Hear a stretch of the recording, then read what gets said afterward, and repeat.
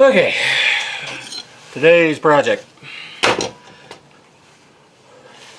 So this is the light that belongs on the side of the 1025, and I really don't think I should call it a light. It's more of a tree magnet.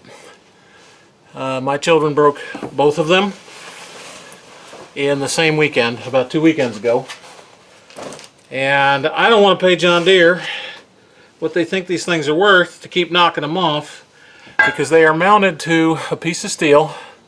It looks like this. It's held on with a U-bolt around the ROPS and a straight bolt that goes through the bottom down here. You can see the hole right there. And I looked at the ROPS, and it has 2 bolt holes that would line up with things, but the lights themselves just don't have any protection. If you look real careful here, I'm going to move this up so you can see it. If you look at one light right there, and this is the piece that belongs inside that hole right there. And if I set them both up the way they're supposed to be, which is a little tough to do here. Where's my triangle? Fit it in there correctly, if I could ever do it. Yeah, I'm going to have to get it clean and then hammer it in there just right. It would be locked in place like the other 3 are, these 2.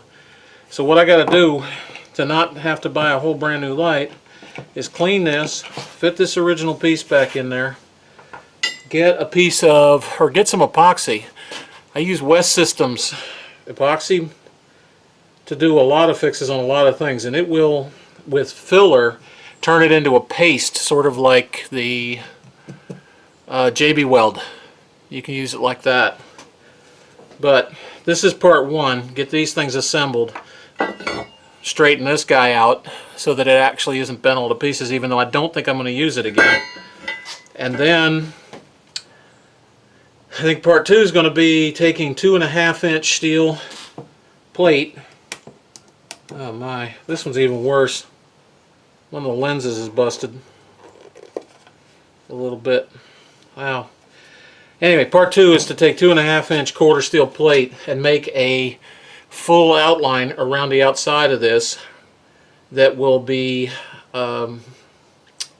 set up so that it will take full stress through the ROPS, because I think what I'm going to do is set it up so it bolts on to the ROPS, and this will bolt inside the 2.5-inch whole frame. And the end result will be that 2.5-inch quarter plate steel will put the stress of running into tree limbs into the ROPS rather than breaking these things off every time, because they are just stupid expensive for that. Anyway, so let's get some cleanliness and fitting up there and get that placed back in, and we'll get to that. So acetone's the best way to clean it.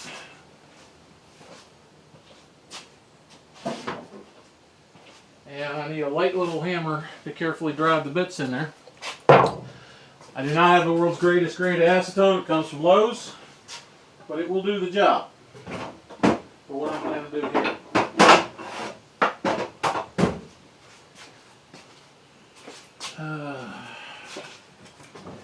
ABE's idea of the bigger the daub, the better the job is not really going to work with acetone. By the way, this stuff's really hard on your fingers. You should not do what I'm about to do, which is get it all over yourself. Then again, I'm 53 years old. I've been doing this most of my life, and I'm going to die from cancer anyway, so I don't much care. We're going to get a screwdriver and applicate this. I don't like the safety lids. They're a pain.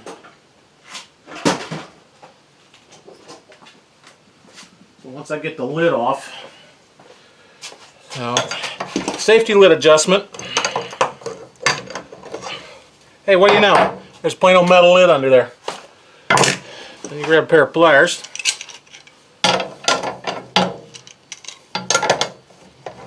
Well, maybe if we had skills. Take the lid off, and from here on out I'll just hand screw the lid on. Okay. Cleaning it up. I want to get as much of the crud off of it since everything on that tractor gets covered with dust, the epoxy binds to the dust and not so well to the plastic, and then you end up with something that isn't stuck the way it wants to be, as in there in 6 months. Get that cleaned off. Yeah, messy, messy.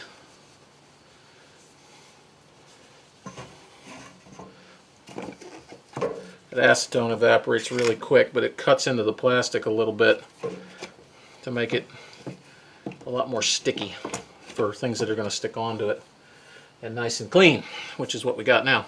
By the way, it burns like a son of a gun if you put it in a cut. It'll let you know if you got cuts in your hands.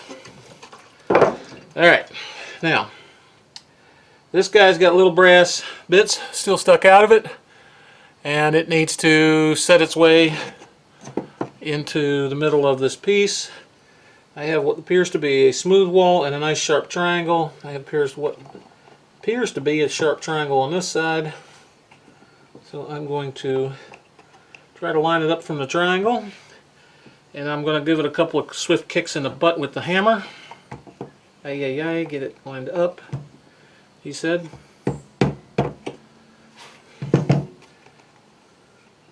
Come on. Don't be ignorant about it. Get in there.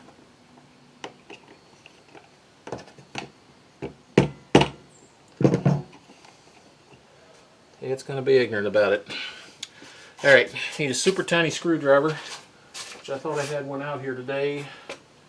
I'm working on my son's stuff. I don't see it. We'll get it picked then.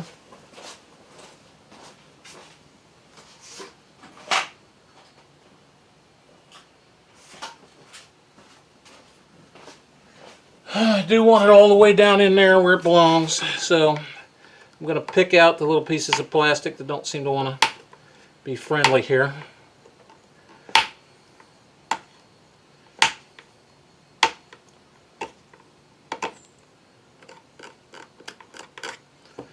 See if that'll let us have what we need.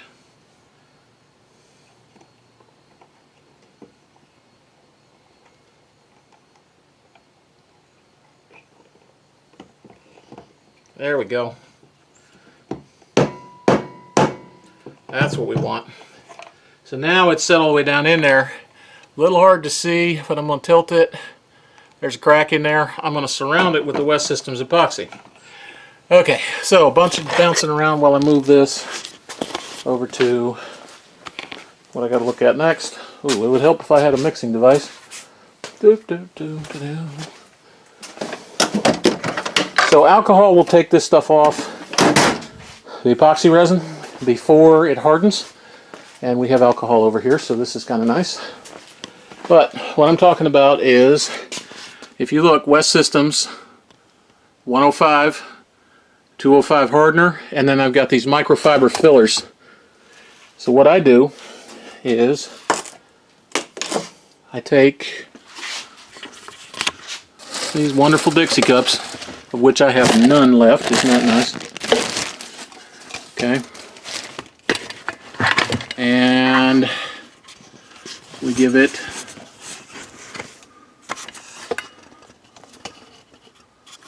it's a little hard to see from there. It's one full pump, and I usually give it a little bit of a fraction because I need a bit more, so that's about a third. Then I come over to the hardener and do pretty much exactly the same thing. Oh, this is fun, isn't it? So one full pump on the hardener and let it full back, give it about a third, stop.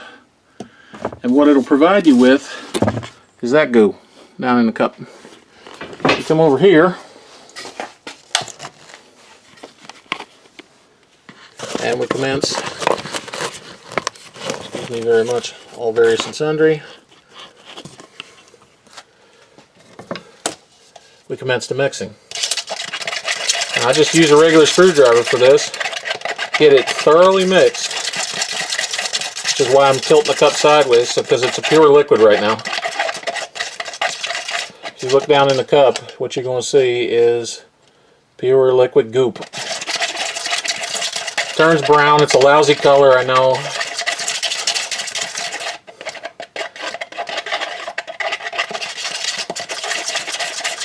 And it doesn't look like there's terribly much of it, but we don't need a huge amount. Now comes the nasty part.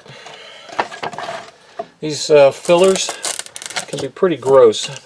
If you look in there, it's kind of a white powder. The stuff wants to go up your nose. It's not nice. You shouldn't breathe it very much. Oh dear, that was way too much.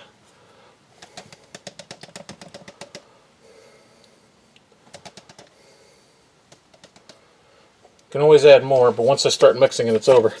Okay, so now what you get is snow, white fluff, in there, and you try real hard not to breathe them fibers, and you just start mixing it with the liquid epoxy. And it's going to look chunky and nasty like that until it is thoroughly mixed. And what you're making is an epoxy putty in essence. Okay, so I get it all mixed up, and it's even easier to make sure you got the two-part mix, because once you have it looking like crumbles like that, it is a putty. It's sticky, and I will go ahead and get a set of gloves on for the next stage. So we'll go back over there and I'll get some gloves. So we take our little pea pod mix, nasty poop, our epoxy, and we set up our camera again, looking like we have no competent clue what we're doing. We do not need the camera falling down, so if you please, good sir, could you get your butt in there?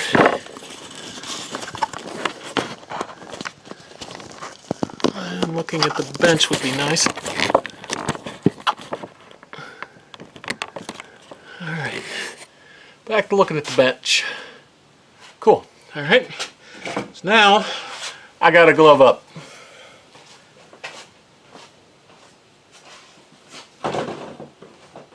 And it ain't worth skimping. You put the gloves on.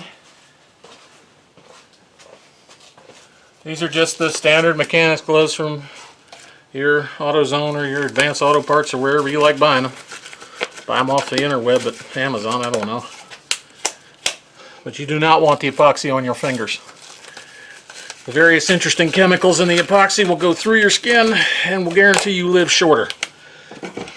Okay, so now I have this goop. It's going to look like brown silly putty on my fingers here in a second.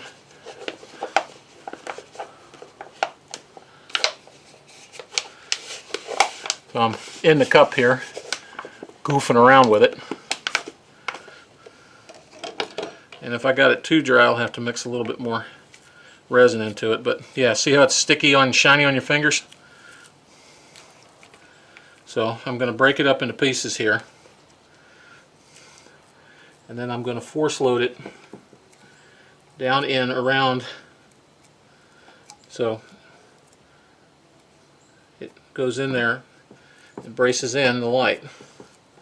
Now, I don't want it up over the edge, but I want it good and solid around this piece. So I'm using my fingers to chunk it in there. And I'll come back from the other side, carefully chunk all this in. Now, one of the things you'll notice later in part 2 is I have to get rid of the wires. I got to move them and do something with them so that they go through, because they got to come into the middle. And I will die grind it because I want it to be really solid. I would rather fill it in here, get a good solid fill of this epoxy, and then do the die grinding piece afterwards. That gives me what I want for the holes I got to have. Last thing I want to make sure of is that I don't have any epoxy down the threads. That's always a real bear when you do that. I want a little bit more. Let's see what the cup haveth. Not a lot.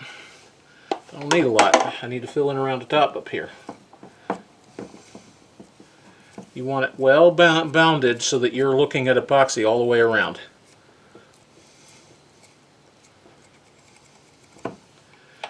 And since I've filled the epoxy, again, like where I suppose you could use the two-part metal replacement stuff. I don't like to use it because this is plastic just like that is, but that has a metal filler, so its expansion rates are different than the plastic, which makes it doesn't work quite the same way.